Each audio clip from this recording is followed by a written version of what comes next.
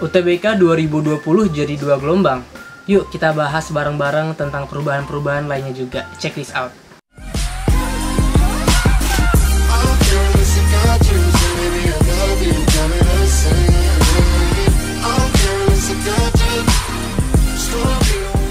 Kami harus siap dengan melakukan berbagai macam perubahan untuk melindungi kesehatan dan keselamatan, serta turut serta mencegah penyebaran COVID-19 ini bisa kita lakukan dengan sebaik-baiknya. Oke, mungkin banyak dari teman-teman yang sudah nonton konferensi pers yang tadi sudah melakukan jam 10 pagi di YouTube channelnya LTMPT Official tentang perubahan-perubahan yang terjadi di UTBK tahun 2020. Di sini mungkin aku akan menjelaskan kembali atau menegaskan tentang poin-poin tersebut karena mungkin masih banyak teman-teman yang kurang paham. Jadi, di UTBK tahun 2020 ini kurang lebih sudah ada 700 ribuan pendaftar di mana pihak LTMPT itu sudah menyiapkan untuk 1.400.000 anak yang ingin mendaftar. Berarti kalau kita akumulasikan secara matematis, total sudah hampir kira-kira sekitar 49%-an orang yang sudah terpenuhi ya. Berarti masih ada sisa 50% dari kuota yang disediakan. Di balik itu semua, bahwa ada 4 poin perubahan yang akan dilaksanakan di UTBK tahun 2020 ini. Apa tujuan dari perubahan ini? Di sini di LTMPT dijelaskan bahwa tujuannya itu untuk melindungi dan menjaga kesehatan dan keselamatan para pihak serta mencegah penyebaran COVID-19 dengan membatasi mobilitas ataupun pergerakan peserta antar provinsi dan atau antar kabupaten dan kota. Jadi memang sudah dijelaskan bahwa kondisi di sini memang agak sedikit terkendala karena situasi pandemi yang belum bisa dinyatakan aman gitu. Walaupun sekarang sudah kondisi new normal, tapi kita tetap harus mendukung upaya-upaya pemerintah dan juga harus tetap semangat nih walaupun kondisi seperti ini untuk ujian UTBK besok. Jadi ada 4 poin utama. Yang pertama yaitu kita sudah tahu ada 1 mata ujian.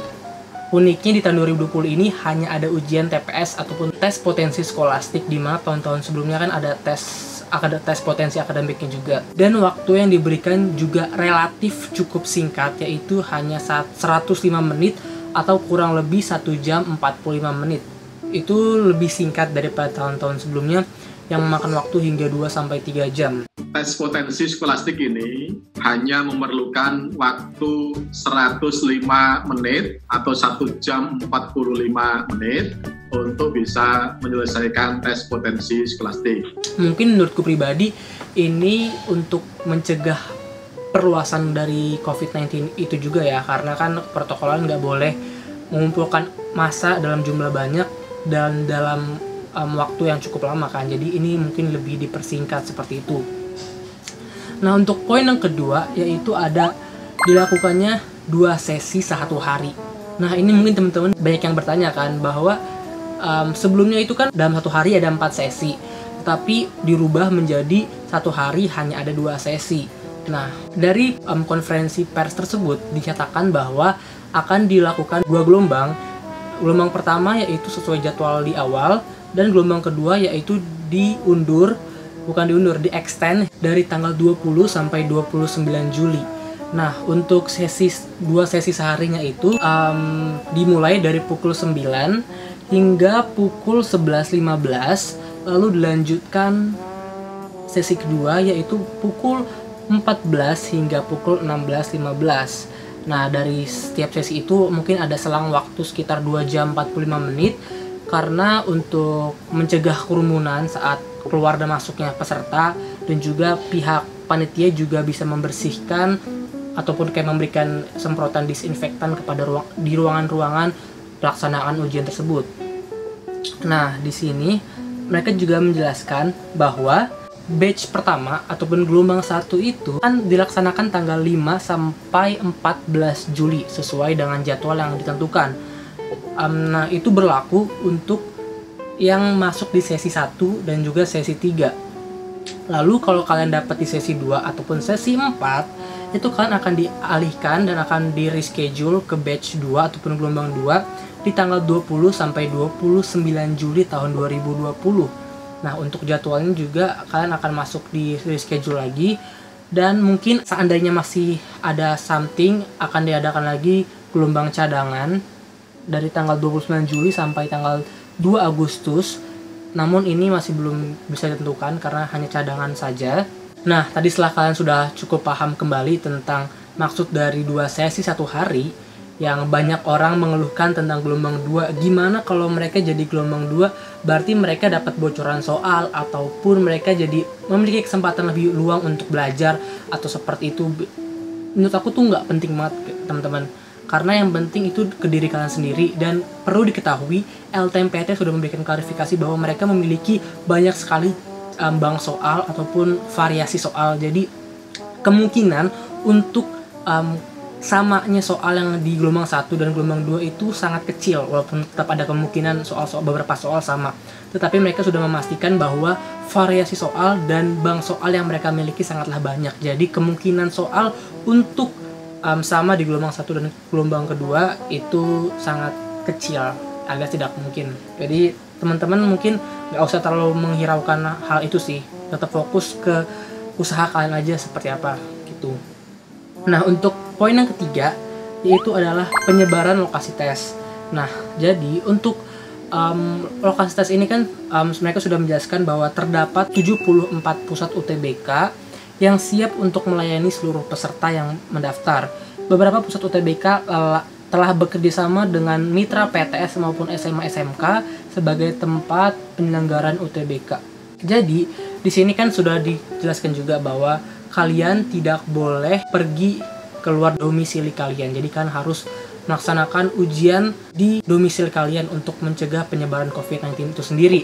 Tetapi ketika kalian sudah terlanjur untuk mendaftar di domisili luar, atau provinsi luar, itu kalian masih bisa reschedule lagi. Atau kalian memang sudah di sebuah zona merah ataupun zona-zona bencana yang mungkin satu bencana, jadi kalian nggak bisa keluar dari tempat tersebut, atau kalian di masih lockdown, tetap nanti pihak LTMPT akan memberikan perubahan lokasi agar kalian tetap bisa mengikuti ujian UTBK tahun 2020 ini. Mereka sudah cukup bekerjasama dengan mitra-mitra mereka, jadi tenang saja untuk masalah penyebaran lokasi tes tersebut. Kalian ujian dimanapun itu menurut aku sama aja.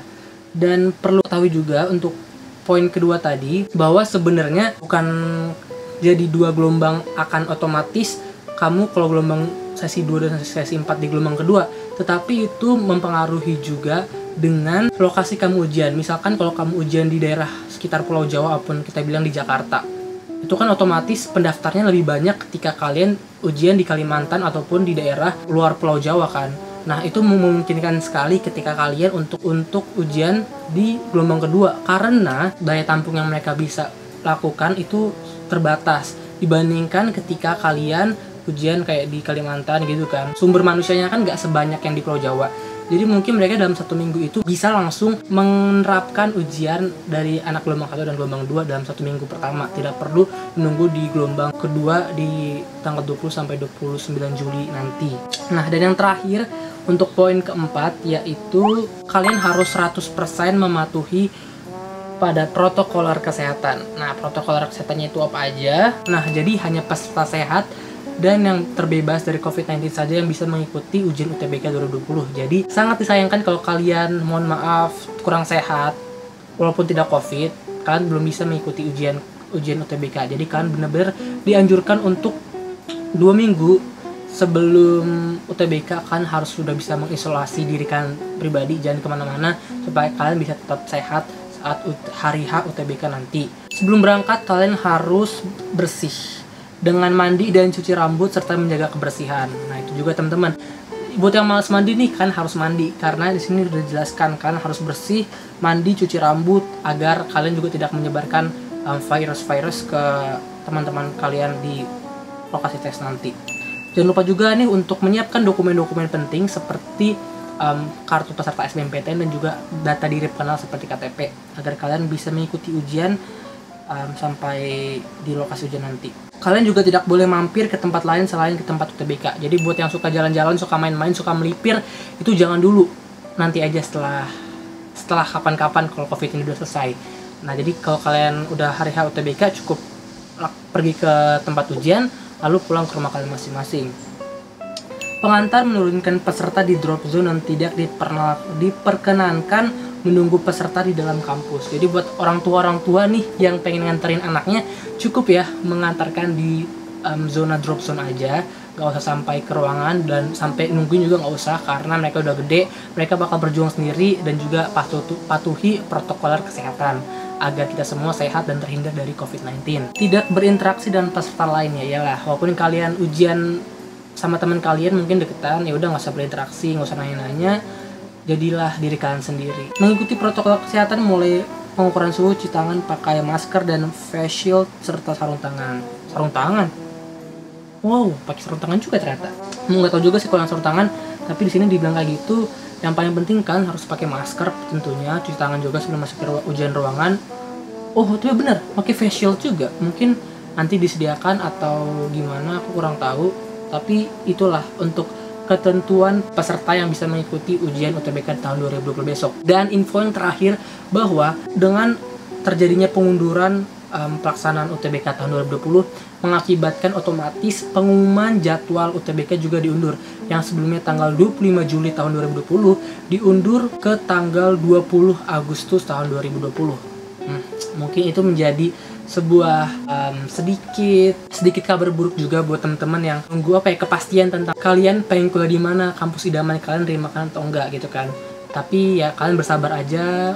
Buat anak-anak tahun 2020 kan tetap semangat walaupun pengumuman diundur. Yang penting kalau kalian udah pede dengan UTBK kalian, otomatis kalian pasti bisa nih lolos, menunggu kurang lebih 1 bulan di pengumuman SBMPTN 2020 nanti. Ya segitu aja info yang aku berikan. Tetap semangat, karena UTBK bentar lagi nih, kurang lebih sekitar 1,5 minggu sampai 2 minggu lagi bakal ada UTBK langsung. Jadi tetap semangat, tetap jaga kesehatan, jangan lupa belajar, jangan lupa berdoa. Segitu aja video yang bisa saya sampaikan. Jangan lupa juga untuk subscribe di tombol merah bawah sini, follow juga Instagramku @oliver, dan share video ini ke semua teman-teman kalian. Segitu aja video yang bisa saya sampaikan. See you on the next video and bye bye. I'm an icon, man. And my girl about a 10. I should fuck her in a Benz.